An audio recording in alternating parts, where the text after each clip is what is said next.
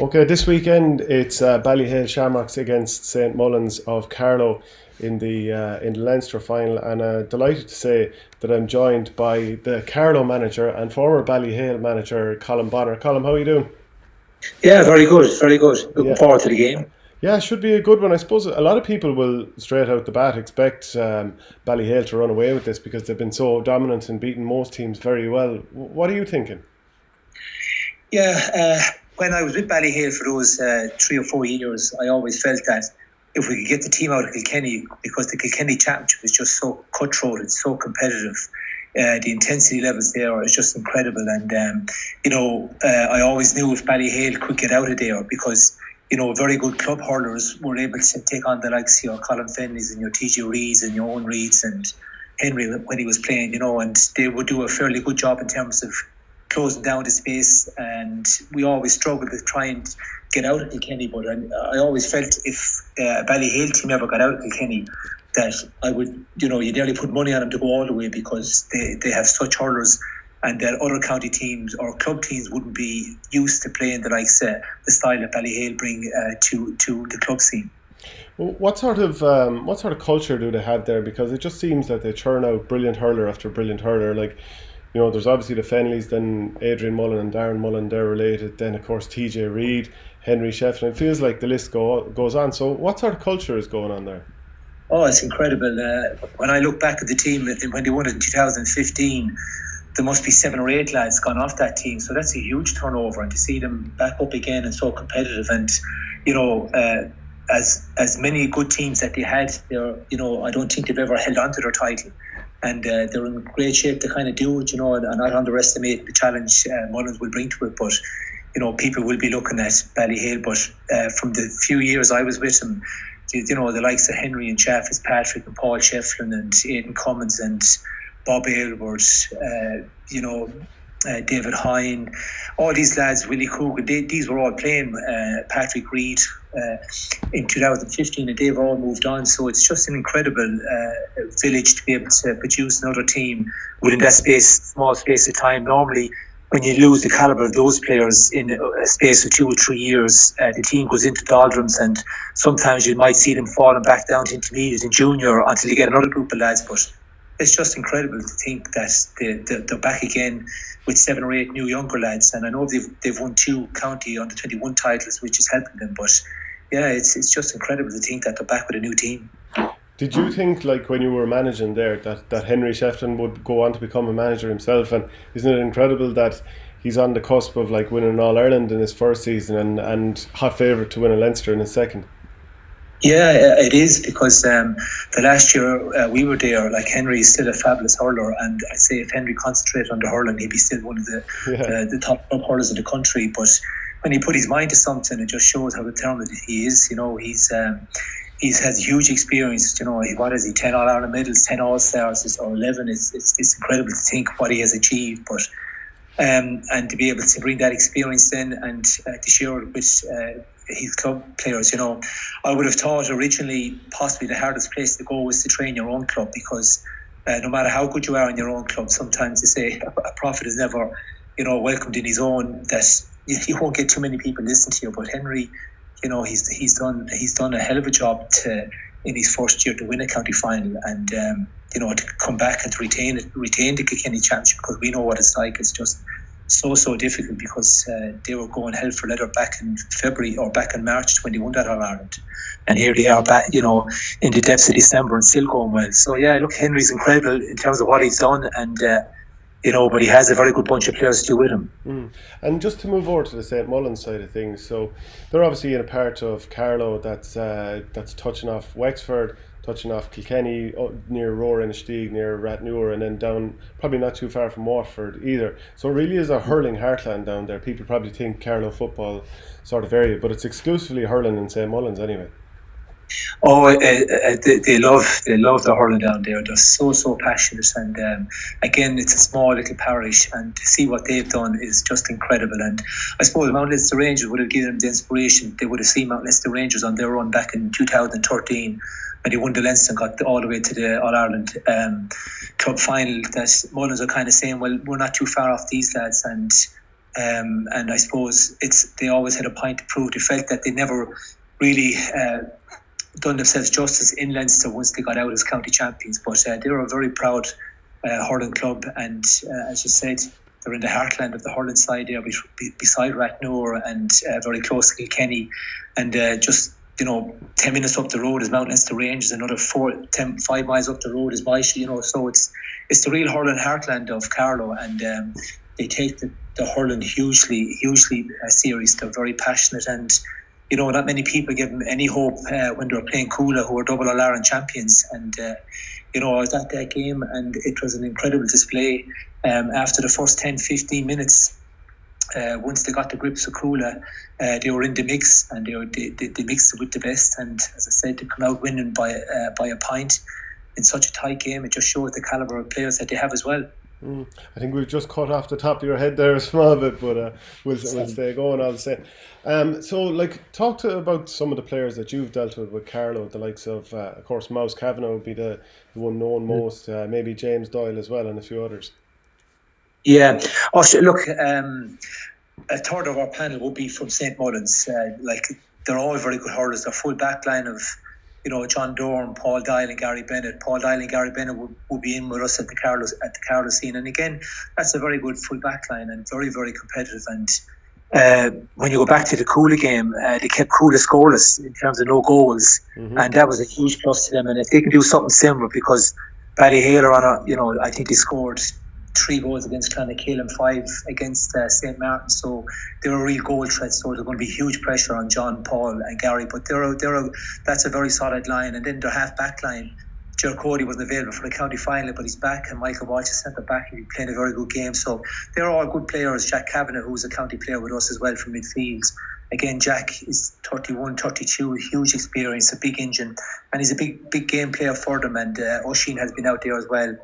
And as you said, their half forward line, Seamus Murphy, is a real ball winner. He's been incredible for them, and he might get the limelight that Martin might get as centre forward, but he gets in through some amount of work, and his hand is one of the best in the business. And when you go into the full forward line, you have the likes of James Dial, and we saw how good James Dial is over the last couple of years. People think James Dial has only appeared in the last week or two after getting those 2 great points to beat Rathdowney Earls, but James Dye got 4 goals for us in the Christie Ring final back 3 years ago. So James is a smashing hurler, and when he gets an opportunity, he has power and pace. And inside then, there's good young lads. Jason O'Neill is a good young promising hurler. He's on the 20 panel last year, and Philip Connors as well. So they're a young team as well, and they're going to go in with a bit of confidence, having dealt with Coola and nobody giving them a chance. And then Rathdowney Earls come down fancying their chance, and they scored 217 against them. So, they're going there with real confidence as well. And if you were to then look at the Ballyhale side of things, it just seems like there's probably so many fires to put out. Like throughout their team, the spine of that team, Joey Holdens and all there, Michael Fennelly, former hurler of the year, TJ Reid, Colin Fennelly, Adrian Mullin. Like there's so many fires to put out there. So ultimately, do you think St. Mullins are going to be up against it and probably unlikely to come through here? Well, that's what they're facing into. I'm looking at Ballyhale's score was 321 against Clonakilty and 519 against Martin. That's incredible scores. And then when you look what we'd say Mullins have been scoring, they scored 213 against Coola and 217 against Rathdowney Earls, which is a good score. But it's just when you look at the scores that Ballyhale have been putting up, that's where the real pressure is coming on. And if you look at it, really, they have half of the Kilkenny senior hurling forward line with Adrian Mullin, TJ Reid and Colin Fennelly, and you'll probably be seeing the likes of Owen Cody also coming in there, a young player. He got 3-4 I think against St. Martin's, and you also have Owen Reid, and people, I know Owen Reid from being here in the college. He has 4 or 5 All-Ireland senior medals. So again, they're an incredible bunch of players, and they will really test the Mullins backline. And I think the secret will be if Mullins are going to have any chance, it's to try and stop them from scoring goals like they did against Coola and if that happens, they're right in the melting point. But as you said, look, Joey Holland is a top class fullback. Darren Mullin is a class hurler. He's been around a good number of years in terms of minor under 21 with Kilkenny, and Michael Phelan, Evan Shefflin is another very good young hurler coming through.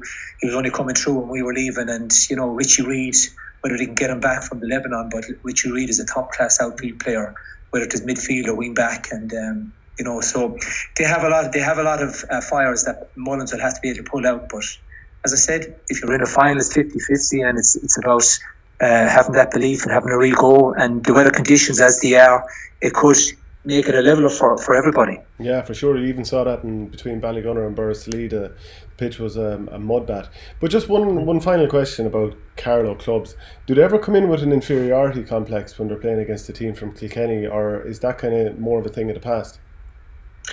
No, I think that's a thing of the past. I think unless the Rangers have really kind of shown that, when you're on a bit of momentum and you have a bit of luck on your side, that you can go. And I'm looking at the calibre of the players that we've mentioned there over the last 3 or 4 years, and really, if any of these players were in other clubs, they would be expected to be starting in these clubs. They are very, very, very good, very talented, and I suppose the one thing that Mullins wanted to do this year is that they needed to prove to themselves that they could get a run in Leinster, and they're doing it this year, and they wanted to end next Sunday. So as I said, they'll be coming down. Yes, they know Ballyhale, they know of their top players, they know we would have played Kilkenny, as in the championship, the Leinster championship, and we would have played Ballyhale in their run to the All Ireland final last year, and so we know what Colin Fennelly can do in TG Reid, because these boys played him up front. So Paul Dye would have marked Colin Fennelly a few times, all right, and Jack Kavanagh would have ran, be close enough to TG Reid, and Gerard Cody would have been close enough. So they won't fear having a crack at him, because, as I said, it's only one ball in the game, and if they're up for it and they can bring it to the ground and stop TG from catching it, and maybe stop Colin from getting it into his hand, he's a real power athlete, that they're going to give themselves a genuine chance there. And just then, if you were to call it, are you still going to side with Ballyhale? Well, look, from my very first statement that I said, I always said that if even when I was there, if this Kilkenny, if Ballyhale could get out of Kilkenny, I could never see any club stopping them, and that's how good they are. I just think what you bring to the club scene, so many clubs are not aware of it, or the intensity, the work rate, how quick they close you down. They're unbelievable hurlers, and. But having said that, and knowing Mullins, and knowing how proud they take the hurling and how much they're going to give this a shot, they're not going to be going in with an inferior complex. So, yes, they have a shout, but the best shout they have is if they can stop. If Ballyhale score more than two goals, they're going to be under serious pressure. If they're hitting their 3 and 5 goals like they did against the other teams in Leinster, there's going to be serious problems. I've no doubt Mullins will score possibly 2 goals in the game, and they will hit for 16-17 points. But it's how they can close down that Ballyhale forward line will be key. Yeah, and then just a quick kind of discussion on Carlow this year.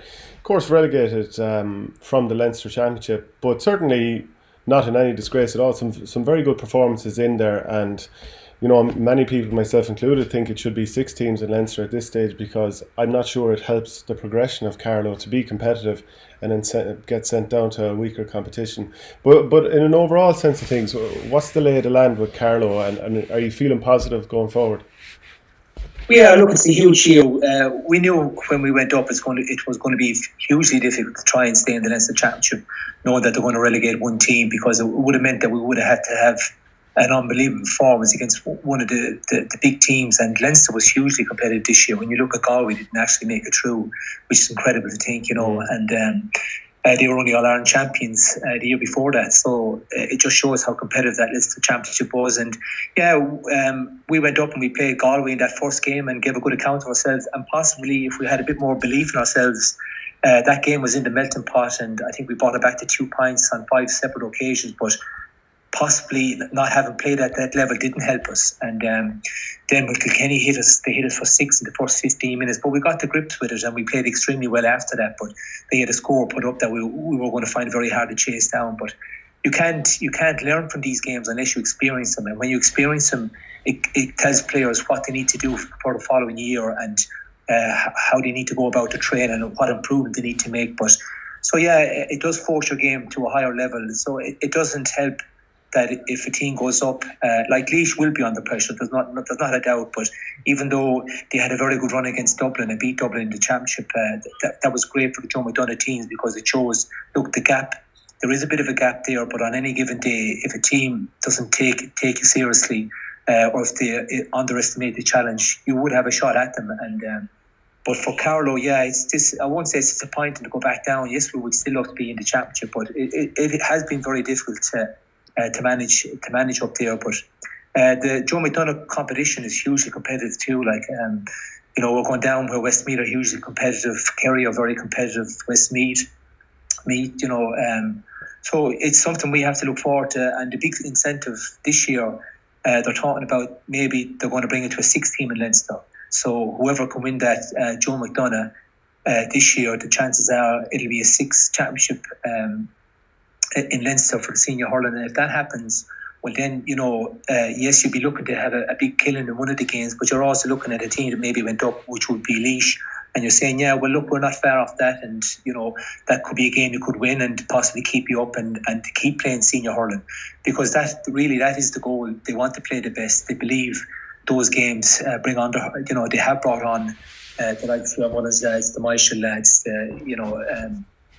Leinster Rangers lads. So it's disappointing to go down, but as I said, it's going to be hugely competitive for us even to try and get to the final of Joe McDonagh. But that's our goal this year, I suppose. And, it's our goal to get back up as quick as we can. And have you gotten any indications from the GA that 6-team Leinster is definitely going to happen? Because, even when you see the champion 15 All-Star team from the Joe McDonagh being binned this year as well, you kind of feel like it's an afterthought, really, and they're not too concerned. Yeah, that was hugely disappointing. I couldn't believe that when I saw it. And what a kick in the teeth for a lot of the lads that played in the Joe McDonagh, because there was a lot of promises made before that competition was brought forward, and in terms of the publicity side of it, everything, and the promotional side. And I honestly believe that the 2 teams that got to the Joe McDonagh final, they should have been brought out, and some those exhibition games that are brought out to Boston or New York, there should be something more for them, because it is a merry-go-round with the top 9 teams there at the moment in senior hurling, and anything that goes, it goes to those teams. And outside of those 9, you have the teams in the Joe McDonagh, and Carlow had been there. We're trying to hang on to the coattails, and you do need to promote the game, and a trip or something like that would do wonders for the likes of hurling in Carlow, Westmeath or Laois. And it was disappointing to see that championship 15 gone, but this year there is a bit more go about it. The Joe McDonagh final is going to be definitely televised on RT.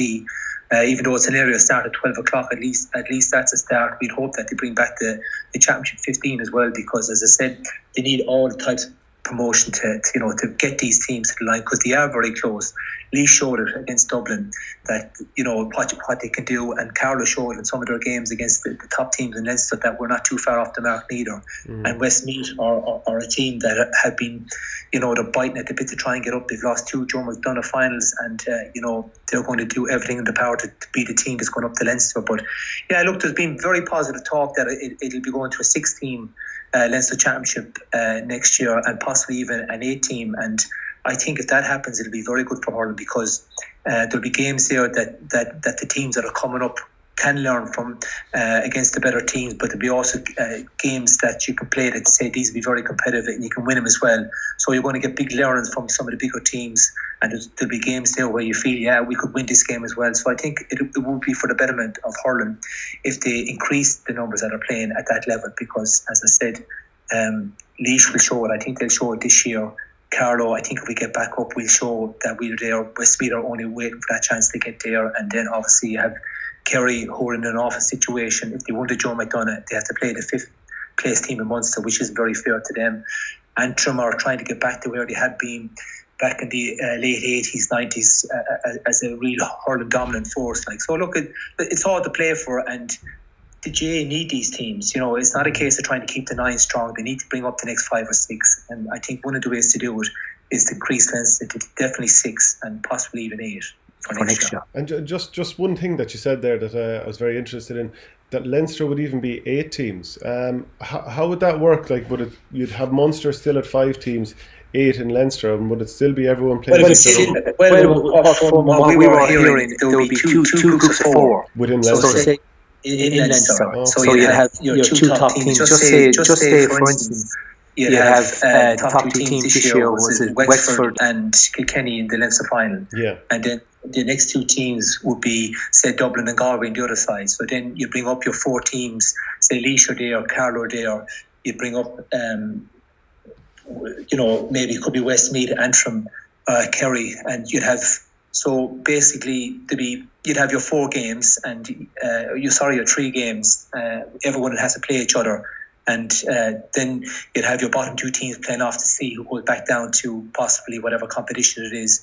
So that was kind of looked at as well, and it would still be played within that kind of 5 or 6 week period where the championship is played.